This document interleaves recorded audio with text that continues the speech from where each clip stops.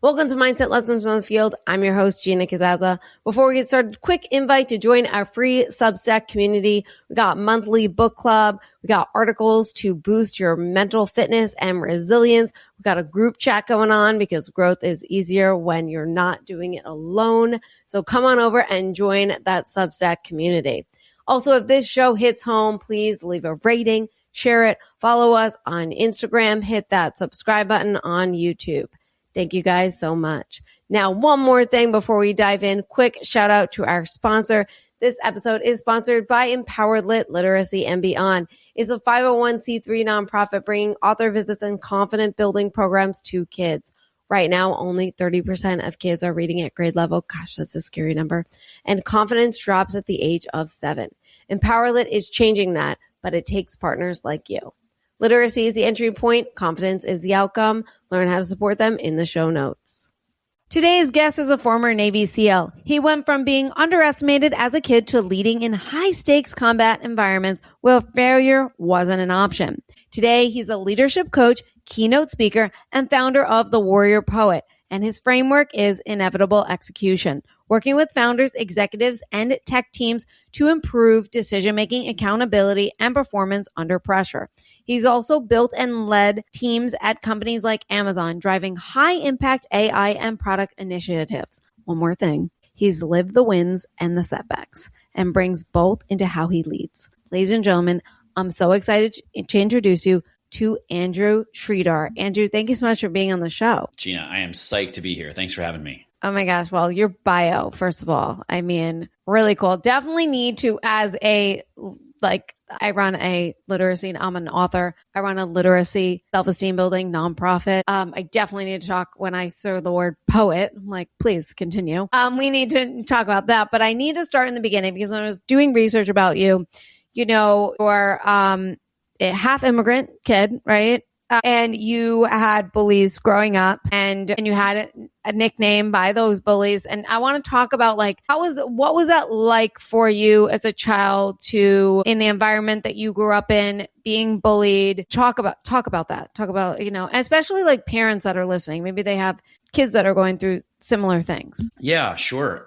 It's a serious topic, and I don't pretend to be an expert. I'll throw that out there, first of all. And overall, I had an amazing childhood, amazing parents and friends, and I was the oldest of 7 children. That's a lot of kids. That's a lot of kids. A lot of kids. That's a lot of kids. I was most likely parentified, which is the term of art, which we could talk about separately, as being the oldest of 7 kids. But the other thing I'll add is that I would, you know, the bullying was a little later than a lot of kids experience. So, it was in high school, and I don't want to exaggerate it, right? Like, I had overall a great childhood, but I was very small and skinny for, my entire childhood. I didn't grow until the Naval Academy. And my frame is still pretty thin.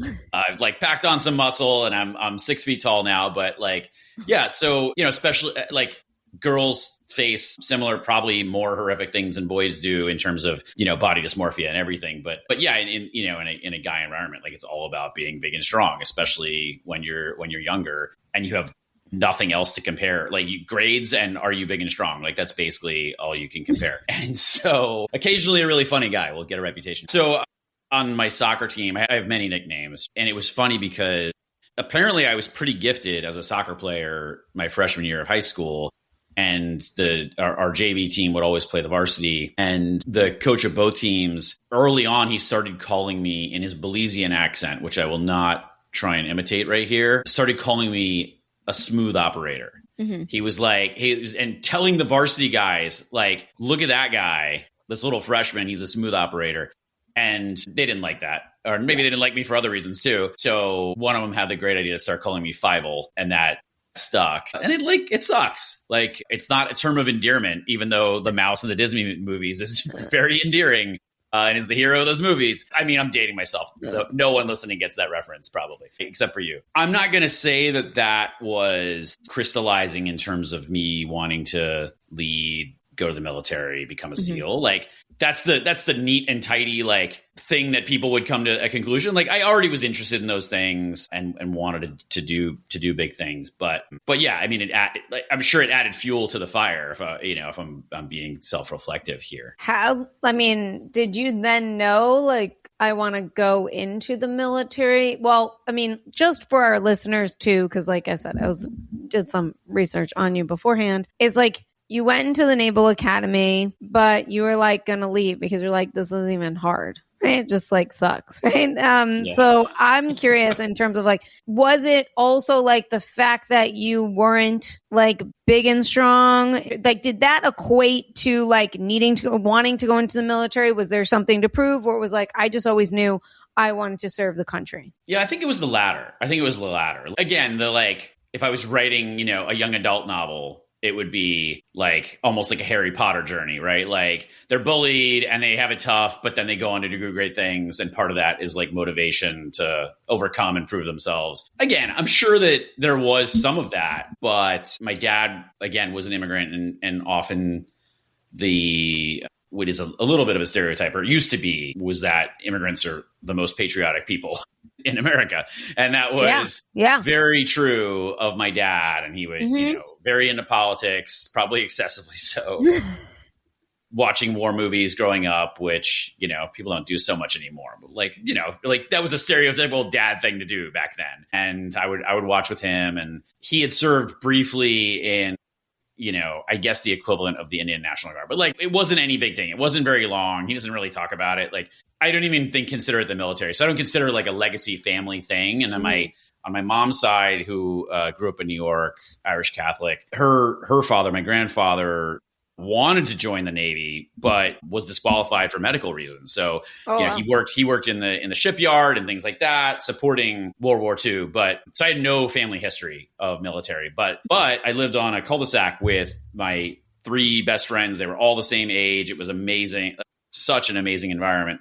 And the guy who was exactly my age lived on the corner, and his grandfather had served in World War II, had landed at D-Day, and he went to a church where there were all these senior military people who had served. I mean, we weren't living near a military base, but I guess they all retired there. And so there was the founder of Delta Force went to his church, and like those sorts of things got us inspired. And of course, we were like boys shooting, water guns and Nerf guns and playing cowboys and Indians all the time and things like that. Yeah, ironically, even though we would all 4 play those sorts of games, I ended up being the one who actually went. But to kind of round out your allusion to my Naval Academy experience, I'd gotten to West Point, the Air Force Academy, and the Naval Academy, and then some other solid schools as well. I also had the luxury of an ROTC scholarship that I could have used at, a private institution. But I really felt like, hey, if I'm going to do this, let me do it as hard and as real as I can and get the best preparation for being an officer. Even though a lot of people, were telling me, there's plenty, like ROTC officers are just as good as Naval Academy officers or West Point officers or whatever. And I don't necessarily dispute that in retrospect, but there's no substitute for the preparation to be a leader that the military academies give you. That being said, I hated it. Like I hated every bit of it. As a good friend of mine says, Pat, from the SEAL teams, I probably could have had a better presence and a better mindset to get more fulfillment out of it. But I feel like I just saw through the BS more than my classmates, or many of them anyway, like polishing shoes and marching around and wasting time on useless watches. And like, I was so over it. And yeah, I almost left in the middle. So what made you stay? I think it was a variety of factors. One's probably not healthy, which is just looking at perception. I was like, I know why I left, but everyone else is just going to think I quit and couldn't hack it. Interesting. Which, that's very others focused. Yeah. But that was in my mind. And then I kind of rekindled, it was right around graduation. I had my papers in. My papers were in. They just needed to go my company officer had signed them. I was going to go to University of Pennsylvania, was super excited about that. Like I knew what my major was going to be. And what was it going to be? It was going to be biochemistry and maybe a minor. You did really well in school. I did. I I like dropped science in 10th grade, and my teacher was like, don't you want to go to college? And I'm like, I can still go to college and drop this class. And it was just like, I'm like, I can't pass a science test to save my life. We're just going to drop it. Yeah.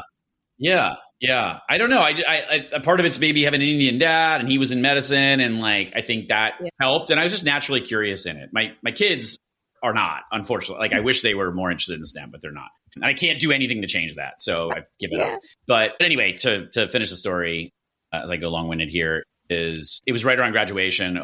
My second year there, my sophomore year, graduation of the seniors is happening. And like that couple weeks is like, it's like the magical time to be at a service academy. And so that was helpful in me, like kind of resetting and, and I really wanted to be a SEAL. And so at the end of the day, changed my mind and sucked it up for another 2 years. Okay. So you knew you wanted to go into the SEALs, but then if I am correct, you got sent to a ship first. Is that correct? I did. And talk to us about that. In a way, I chose the ship because I could have gone. I didn't get in the SEAL teams. That was my first choice. But I could have gone to be a pilot. I could have gone to the Marine Corps. I could have gone on a submarine. Yet I knew that I still wanted to be a SEAL. And the only way to get there was to go to a ship, get my warfare pin, they call it, as an officer, as fast as I could, and then put in my lateral transfer package. It's a way to move warfare specialties as an officer, at least in the Navy. I don't know how it works in other services. And then hope for the best and hope that I got in. How long did it take you? It was about it was like a full almost 3 years from the time I graduated the Naval Academy, maybe 2.5 years from the time I graduated the Naval Academy. Okay. I was on the ship for, let's call it, a little over 1.5 years. I got my warfare pin very quickly because I was motivated like extremely highly to like get off that ship. Yeah. I hear about that ship life. Not to disparage ship service for those who do it and love it, but it just wasn't for me. First of all, talk about why you didn't get it the first time, because I think some people don't realize like it's a privilege to get to go to BUD/S, right? It's to get there, right? Yeah. So talk about why you didn't get it the first time, how that felt for you, because it seems like you were still driven. It like didn't. I don't know, from what you're saying to me, it sounds like you were like, okay, we just hit a wall. I'm going to now go to this next way to get to where I need to go, instead of that's it, I give up. But you know what I'm saying? So talk about that. Yeah. I wish I could understand the people who hit the wall and give up.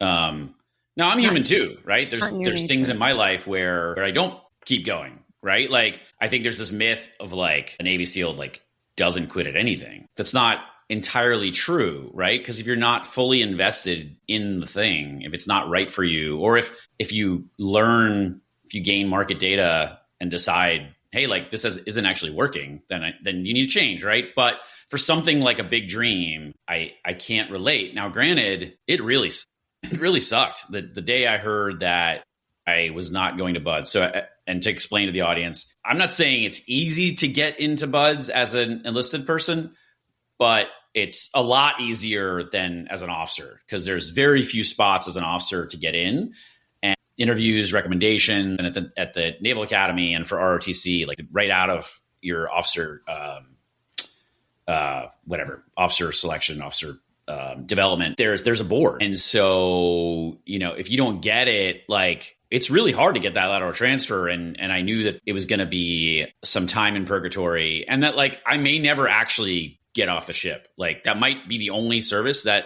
I do in the Navy. And that would have been 9 years of my life for me wasted. Right. Like, again, not to disparage, like it would have been serving the country. I would have learned about leadership. I loved working with the people on the ship, officers, the senior enlisted, the people who worked for me, the junior enlisted people. Like it was great on many levels, but like, I would have been like, what the fuck? Like, if I can use that word on your show. Yeah, please. Yeah, go ahead. Like, I just would, it would have been a complete waste of 9 years of the best years of my life.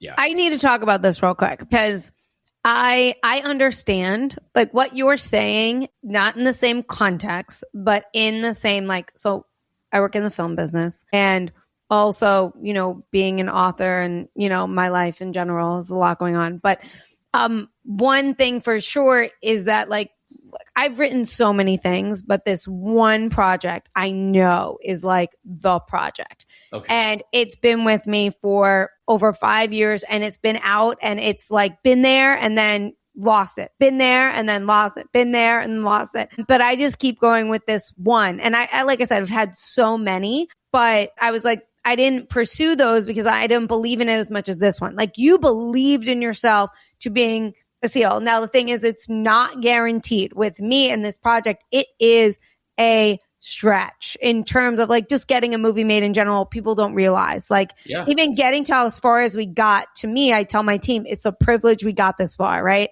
For you, it's like a privilege to even get to where you are. But how do you keep going? How did you like keep going and keep having your eye on the prize with no guarantee? To elaborate on how I felt when I found out I didn't get out of the Naval Academy, it's called service selection. So everyone finds out what they got.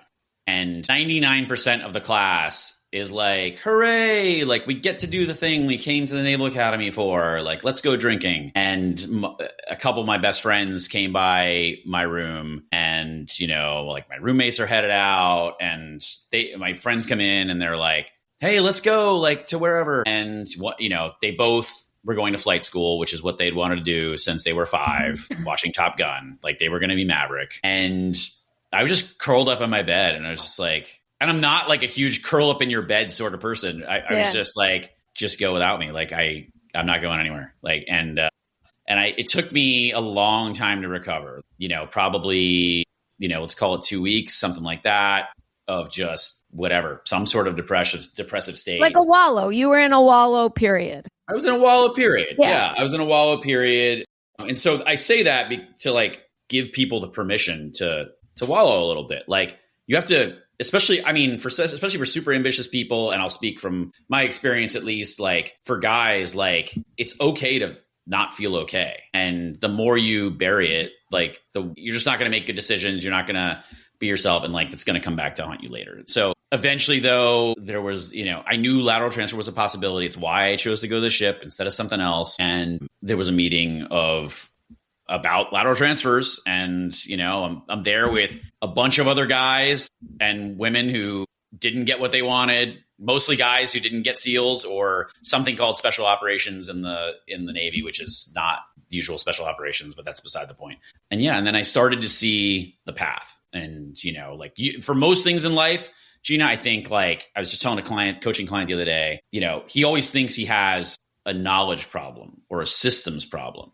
But what he really has are emotional problems and like mindset problems. But here, like sometimes the skills and the knowledge like helps you find the path that controls your emotions. And so like for me, like, oh, okay, cool. Like, okay, I'll get start to come up with a plan. Like I'll get to a ship. It'll be an amphibious ship because it's less like stressful. They're less super surface warfare-y. It's a cooler environment. You get to like go to cooler places and you can get your warfare pin faster. And oh, by the way, I'm not going to go to like a big amphib because it might take forever to get my pin. I'm going to go to a smaller one because like that's what they told me. And I'm going to go to one that deploys right away. That way I can get my pin faster and get off.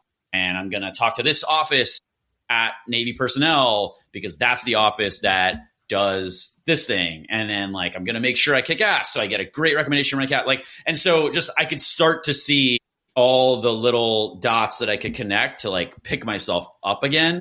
Mm-hmm. Like, the last thing I'll say, just to like riff off of what you just said, sorry to tack on another thought, but like, okay. I struggle with what you're talking about and comparing it to my, you know, this, you know, hero's journey, if you will, mm-hmm. of me getting to the SEAL teams and getting through buds and all the stuff. Like, because at least that, or if someone wants to be a venture capitalist or I don't know, pick something else, like there's a path. There's like a very clear path. There's a playbook. Like if you want to be the best accountant in the world, there's a fucking playbook for that. Like, mm-hmm. or the best doctor. But like, if you want to make a movie that's never been made before, or write a book that's never been made, you know, or start a business that's never been started before, like me, or like write content, you know, like it's much harder and it's so ambiguous. So I'm curious how you handle like the balance of the conviction with the like, you know, collecting the data to, how do you do that? I love how you Flip like it turn a this little bit. interview around. Yeah. So for me, I like when you mentioned wallow. I give myself a wallow time. So like I used to work at a restaurant. It was an ends to a means. While I was doing stand up and acting, I was working in a restaurant. That's what you do. So I remember like being miserable and hating it. And I was like, you can be miserable and hate it, but that's not going to change the fact that we got to eat, right? So I said, I'm all about understanding your feelings, but not feeling your feelings. And I'll explain what it is. I understand I'm upset, right? I understand that I don't want to go to work, right? But I have to push past those feelings to get myself there, okay? Because it's an ends to a means. So what I do is I go, okay, you get a wallow time. So I would set my time for 2 minutes. In 2 minutes, I'd pull up to work, set my timer, and I would cry for 2 minutes. And then when that timer went off, wipe my tears, I'd walk into that restaurant with the biggest smile on my face. I would high five the entire staff. I would be motivating everyone because really I was motivating myself. And everyone wanted to work with me. They were so happy to see me on the schedule, but they didn't realize that like I didn't want that, right? Like when I went deaf when I was 21. I lost all hearing in my left ear. And I said to myself, it was a Friday. I said, you got until Monday. I said, you can cry and be upset Saturday, Sunday. Fine. Monday, we get to work. We call every doctor we can. We do this, we do that. So I give myself that period, right? And I think that's important, like taking some breaks in terms of, you know, with me as an entrepreneur, I have 2 businesses. This podcast is not a business, it's a hobby, but I run a nonprofit. I have 2 businesses, and then I have my author as a book, and I have my film stuff. Like, so I have a lot going on. So I'm always able to be like, okay, let's take a break from this. Let's move here. Let's focus on this. Okay, this just got this, and this is doing pretty well. Great, because I just failed in this. I just hit a wall.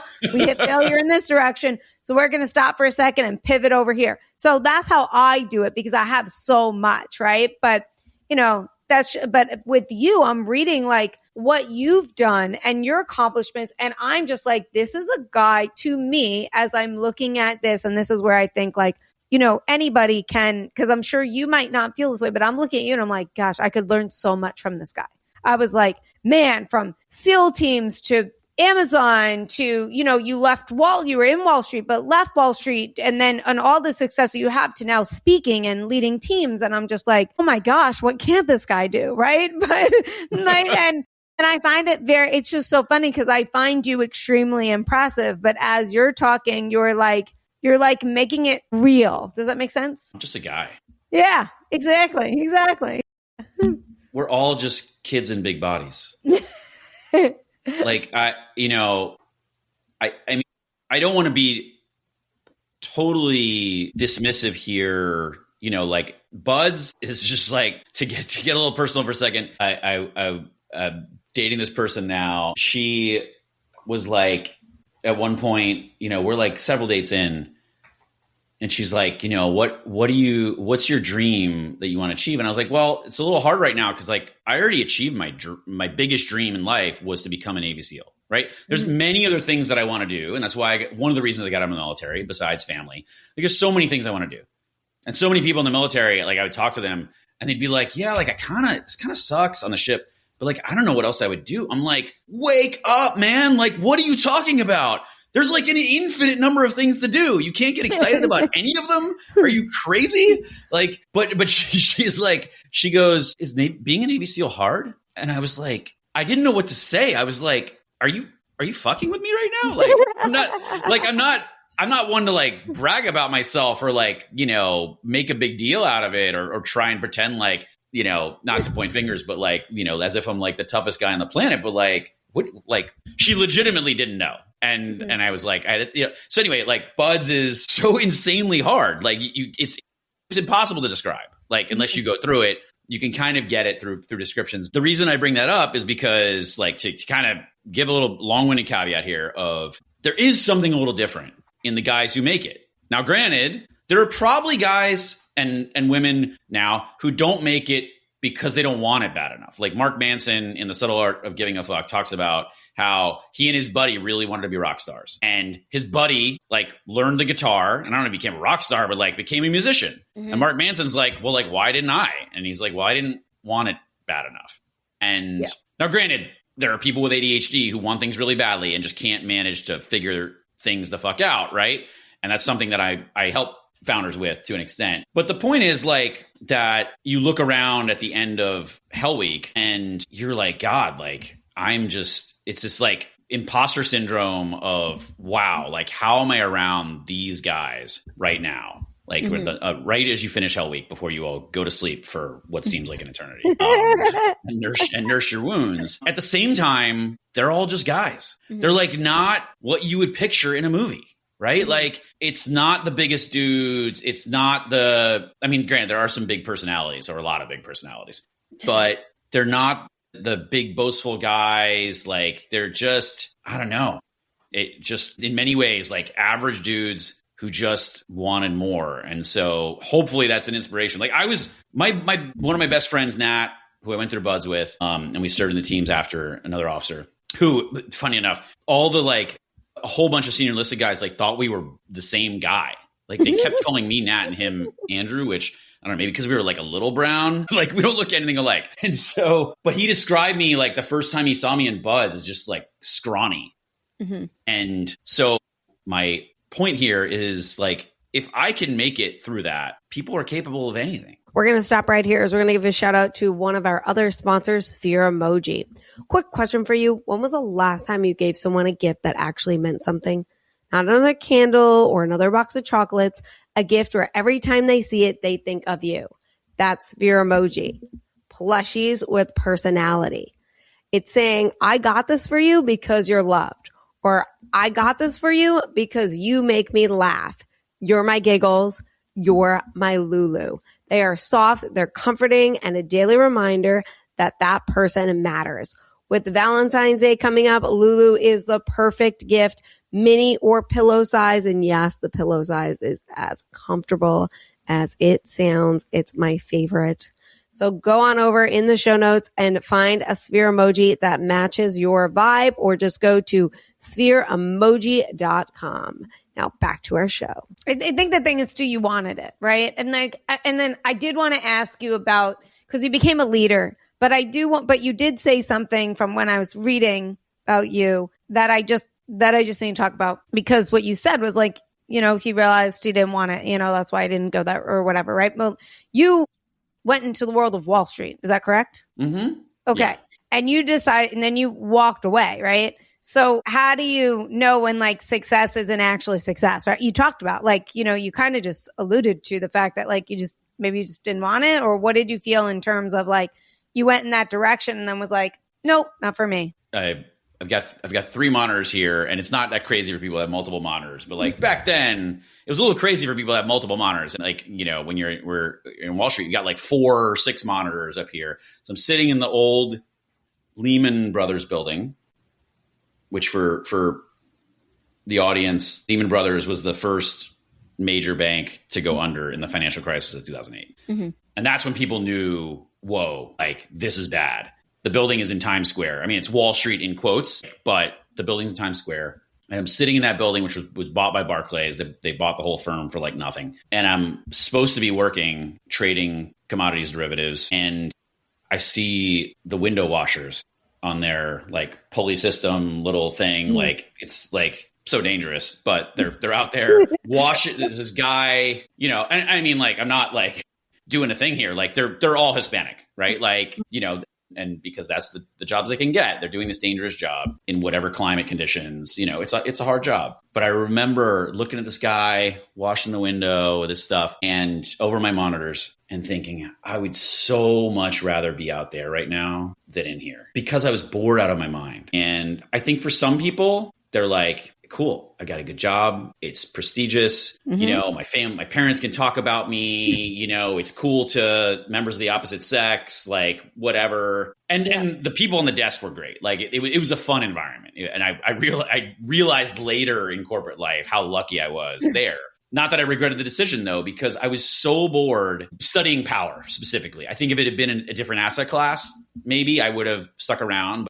But I mean, it was like a guaranteed path to make millions and millions of dollars. I mean, it's not guaranteed. Guaranteed trading is hard. Right.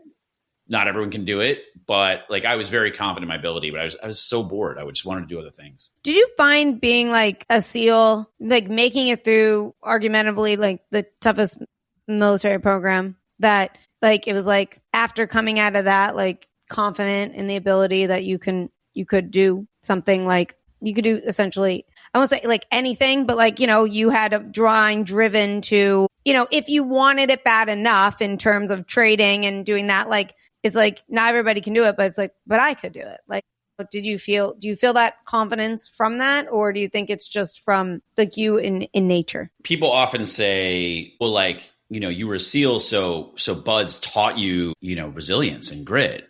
And I'm like, no, like it filters out the people who didn't already have that. Like, now granted, like maybe it deepens that ability to an extent, you know, but it's not like they're like showing us, you know, slideshows and doing, you know, TED Talks like Angela Duckworth, like instructing us how to do grit. Right. And to be honest, like not to pick on Angela Duckworth, like it's great that she brought that to the fore, but like no one, and this is something I'm trying to do in my work, like no one really explains how to develop grit. They're like, grit's super important, but like, how do you do it? Like the only answer people have is do hard things. And like, I don't think that's enough. I don't think that's a satisfactory or comprehensive response. But, and so I say that because like, you should come to my TED Talk on how curiosity fuels resilience. Oh, I love it. Oh, well, we could talk about curiosity all day, but I'll park that for a second. You can bring me back to it if you want. I love it. But like, so Rich Davini, another SEAL officer, he's got a book called The Attributes. Awesome guy. You should follow him, people out there. But he talks about how like good members of a team, they have a little narcissism. And like we talk about narcissism as always a bad thing, but there is something to the person who's like, well, like I can do that. Like, you know, that's how I felt seeing this like short stepdad of a guy on my swim team in high school wearing these like extra short shorts and looking salty on the pool deck. The guy was a SEAL, and my buddies and I would like talk to him, and I'm just like, man, like he's just a dude. Like I could do that. I could do that. Like, and so, you know, not this isn't a dating show, but I mentioned another dating story. Like this long-term girlfriend I had not too long ago. It was a running joke because she'd be that at one point I had said, she was talking about astronauts or something, and I was like, I can do that. Like, and so she would always reference that, making fun of me. But like, yeah, like I have no doubt I could have been an astronaut. Like, and I don't feel like that's a bold claim. Like, right. You know, it's just my toxic trait is like, I watch people on like TikTok, like doing something like, I could do that. Right. I mean, it's how I end up knee deep in my, like people like, how did you become an author? I said, I just wanted to be an author. So I just wrote the book. And then at the point of trying to figure out how to be a published author, like I was too deep in it to quit now. It was like, when I went to do stand up, it was because I saw a friend do stand up and I go, I could do that. And then I was like, I give myself a timeline. I said, give yourself a timeline. And I said, 4 weeks, get up on that stage. And 4 weeks I was on that stage. But, you know, like the thing is that, and I'm not saying like, you know, I didn't end up opening Madison Square Garden, you know, but I got to what I, you know, like that's different. Like to me, it's like, you know, maybe if I actually wanted it, you know, we could have gotten that. I didn't want it that bad. I was like, I did what I wanted to do and I moved on. Right. Yep. I was like, okay. And then that's how I end up like, I'm knee deep in half the stuff and started a nonprofit. If I would have known how hard a nonprofit was, I wouldn't have started it. But I'm too deep in it now to quit. Like, you know, like that's it. Like we're here. So I find that so, you know, it's like, yes, my ego is high and I feel very confident in myself that I could do things. I mean, I think that we could teach anything, right? But, you know, I also ask for help. I also say, coach, like I'm always reaching out to people that I take meetings with so many people that have nonprofits. I take meetings with so many people that are in the world that I'm in. I made friends with a lot of comics. I watch their comedy. I study because I have an ego that I can do it, that confidence in me. But I don't have the arrogance that I am the best. I allow myself to be at beginner level. Does that make sense? You hit on so many great points there, Gina. Well, first of all, stand-up has been something that I wanted to do for a while. Oh, let me know whenever you're interested. Let's talk, but separate from this conversation. But yeah, I mean, I think so many of us, right, don't seek help because we don't want to look dumb. We don't want to look like we need help, right? And so for both women and men, but like especially a lot of men out there, it's just you're confident, but like you don't want to admit that you don't know and ask for help and put yourself like below someone else. But you got to get out of your own way and be coachable. Like we see like Michael Jordan as a, example people use for everything, Michael Jordan and Martin Luther King.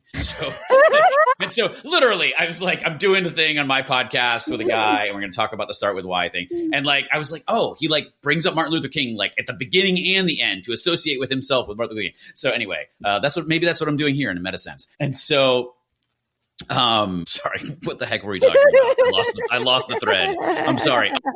We shield ourselves and we don't want to be coachable. Like Michael Jordan was actually one of the most coachable people because he was so hungry to get better at the craft. And so it's one thing to be confident you can do the thing. It's another thing to be coachable. And it's also another thing to like be realistic about what the journey takes. Like not so realistic early on that you just like quit before you start, but just like, I know I could have been an astronaut. I also know it sucks. Like that's one thing I tell my clients, like everything sucks.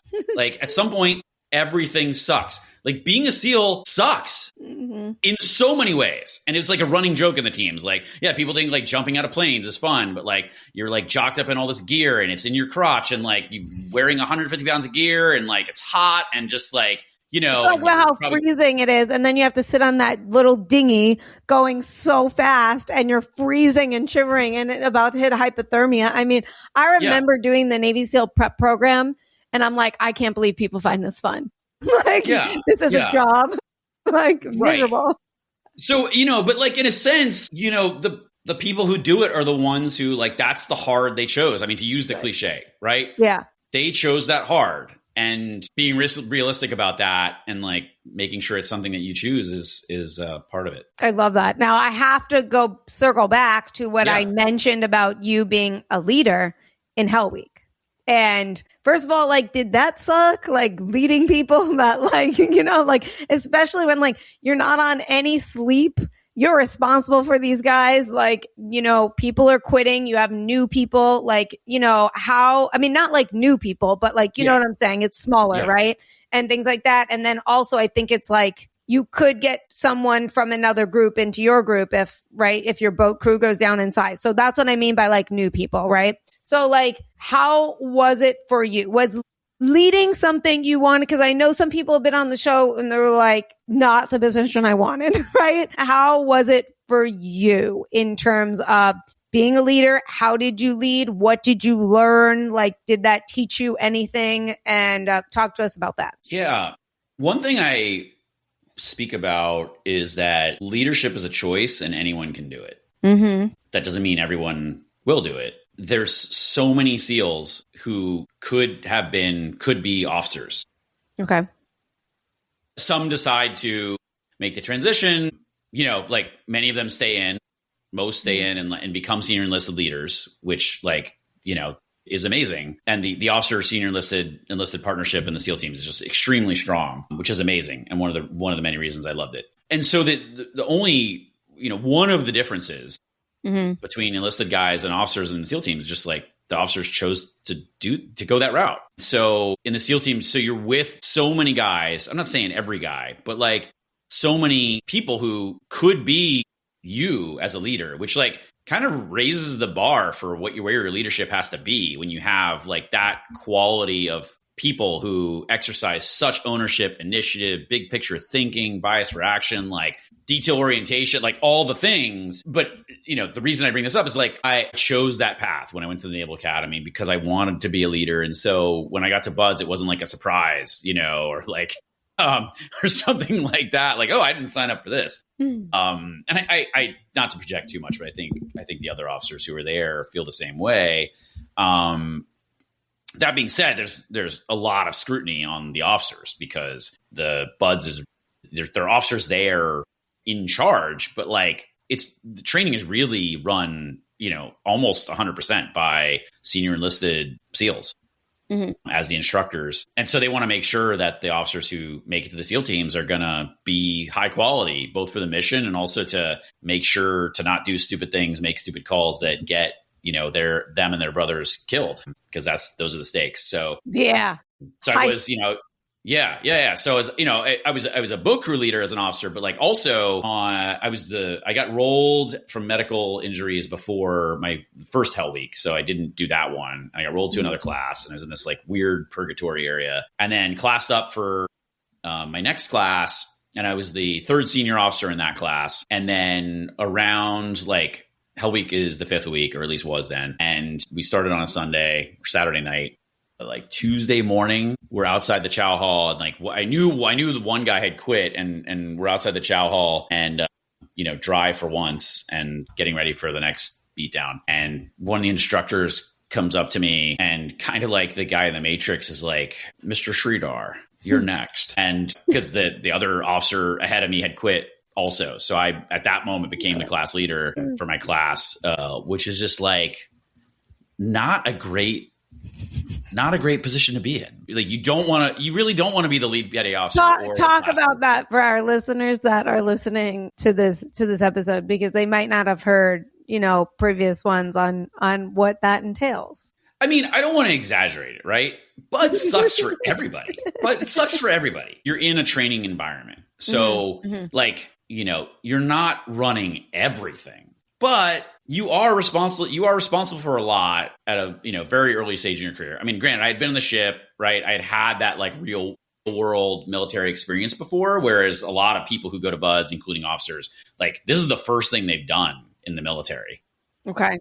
So I had that experience, and I had, a great lead petty officer as the senior enlisted guy, like amazing guy. And so, but it's a lot of scrutiny, because everything the class fails at is essentially like your fault and the lead petty officer's fault.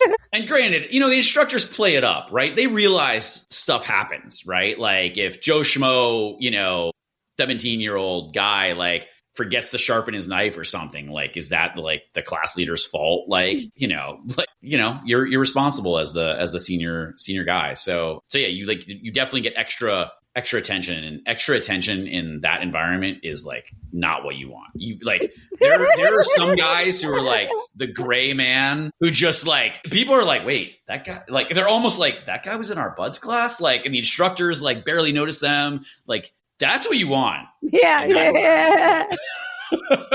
I dated a Green Beret, and he was like number 2 in his graduating class. But when he like got up, like when everyone was like, who is this? Right? Because he was a gray man. He was like gray man, and he made sure of that. But he did very, very well. But it was like, you don't want to have attention on you, like at all.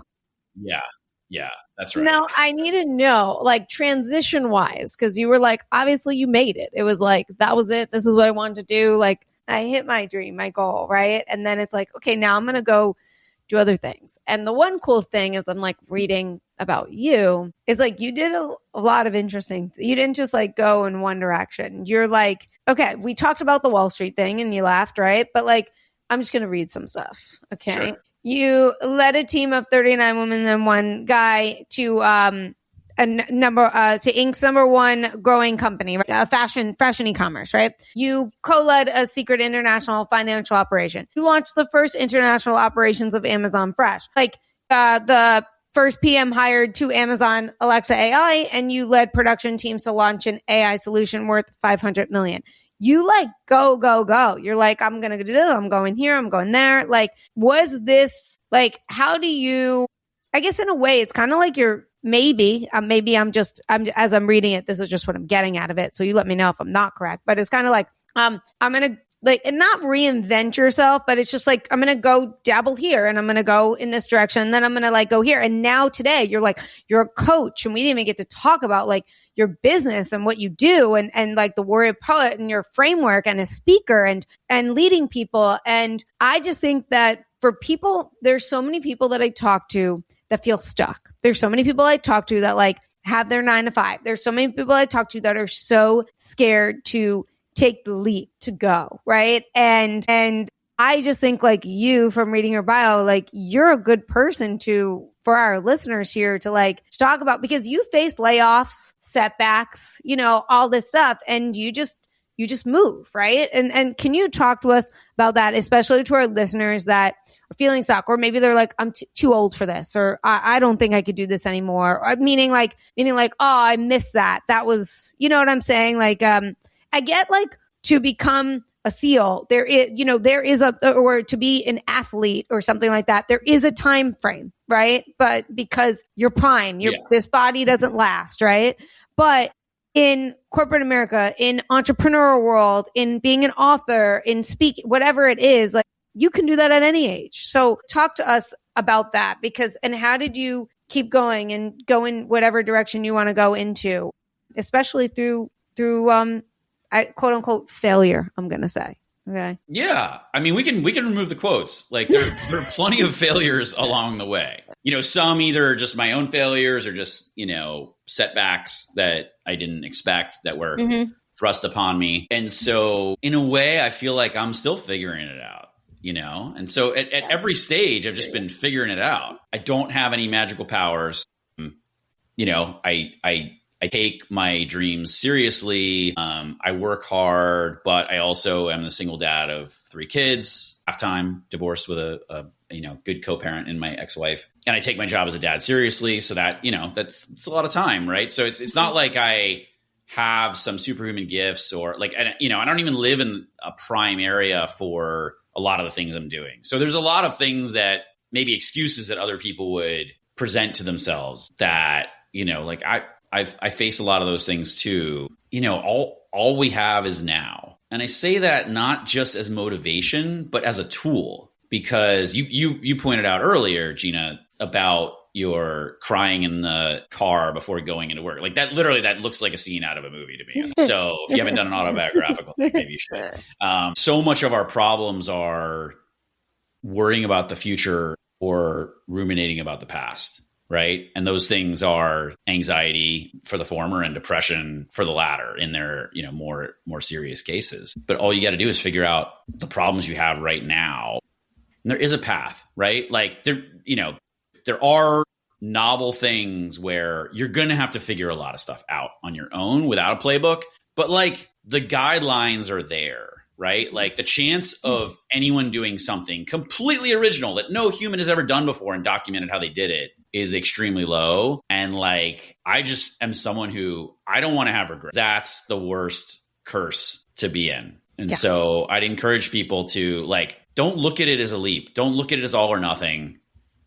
And the biggest thing is like, don't worry if you fail, because if you fail, probably no one's going to notice. And, the people who do are probably going to be people who care about you, and they're not going to judge you for it. Yeah, nobody's going to remember. I actually recently wrote an article the other day on embarrassment and how it's an underexplored emotion. We just we gotta be able to be embarrassed, right? We got to be able to, I did a stand-up comedy show I was doing so well in the stand-up world in Los Angeles. I opened for Nick Swartzen, did a show with Whitney Cummings. Like it's gone really well. But new. I was a new comic. I was like 3 months old. Okay. And then I got this opportunity to go to New York, where I'm from, and be in a comedy show. So I invite my family, there's 30 of them, and they all come. And there are these like 4 drunk girls, and I don't care how professional, like 4 drunk girls, you can't reel them in. Like a regular heckler, cool. A drunk heckler, different ball game. And they didn't pull them. Like security should have been like, you're sloshed. Like, you got to go. Right. So it was like the longest 8 minutes of my life. My cousin's husband was like sweating for me.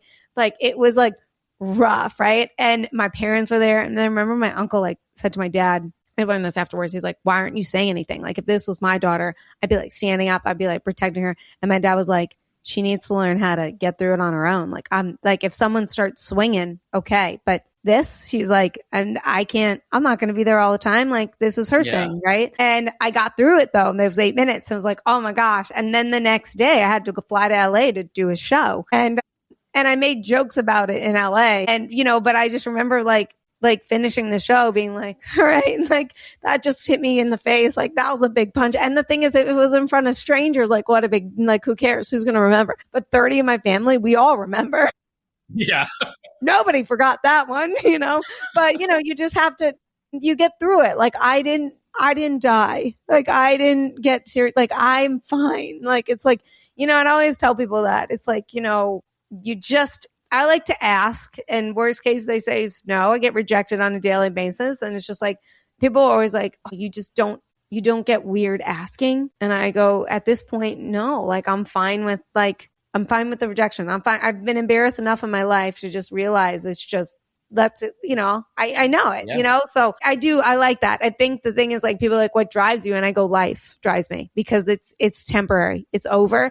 And at the end of my life, I want to be like, I lived, I didn't wait. Right. Yeah. You just said it, which I think is like, and you're doing that right now. And people can come to you for coaching, right? Like you do all like, you do like, not just, you do all people, right? And not just businesses. You do individual coaching and stuff like that. I do. Yeah.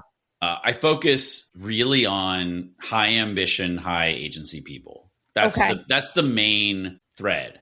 Sure. Do I do tech CEOs and things like that? Great. Right. Can I do financial traders? Sure. Athletes? Sure.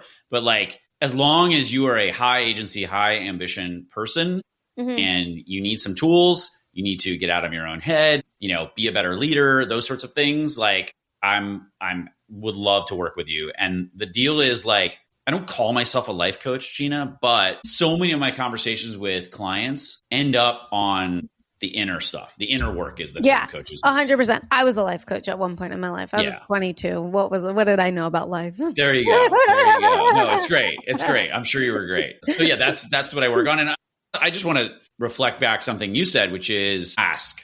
Like make the ask. Like how many asks are you making in a day? Because there are people who want to help you and there are people that you can help who are waiting for you to ask. And then like, honestly, this is, again, I'm still figuring stuff out. Like I'm not great at sales. It doesn't come naturally to me. It feels cheesy. It feels used car salesman-y, the sales and marketing stuff. But at the same time, like I know I've got to ask because like so many of the people that we look at as heroes, icons, everything, like they just got uncomfortable and they made a ton of asks. It's a numbers game, right? Yep. So let me ask you a final question for the show that I end with everybody is what can we do on a daily basis to tackle those everyday challenges that are inevitably going to come our way? Breathe. Breath work is such a stupid word. I hate it. Like I get really persnickety about some things, Gina. Well, actually, many things. I think I'm Larry David in a half Indian body. But like so many things annoy me. Breathwork, it's a stupid word. It sounds woo. It's dumb. But sometimes we don't actually intentionally breathe. We don't give ourselves oxygen. We don't let ourselves relax, unclench our jaw, as Tara Brach, someone I really like, Brock like the candy, B-R-A-C-H, like says like, let your brow relax, let your shoulders come down. And that kind of presence, which I'm a huge fan of meditation. Again, it like sounds woo and people feel like they need to wrap it in neuroscience and talk about parasympathetic nervous system and blah, blah, blah, just so it's like more clickbaity. Like it's just meditation. Like it's like the master tool that gets you to like the highest leverage thing in your life, which is being mindful, being present, and just making better decisions, having less reactivity based on emotion, and being forward-looking, but also present, where you can deal with stuff that comes your way, not take yourself so seriously, and bring your best self to everyone around you and not have any regrets at the end. Thank you so much. You were great. I really enjoyed talking with you. And we're going to link your podcast in the show notes. We're going to link your website, how to get in touch with you if anyone's interested in coaching, all that stuff, or booking you to speak. So thank you again. You were a fun time. Same, Gina. Right back at you. Thank you. Thank you so much. And everyone that's listening, like, share, comment, subscribe, become a Substack member right now. We are reading the book, It's Not All About Me by Robin Drake. He's been on the show before and his book is amazing. So come join us for book club. It's completely free. Thank you guys so much. See you guys all next week.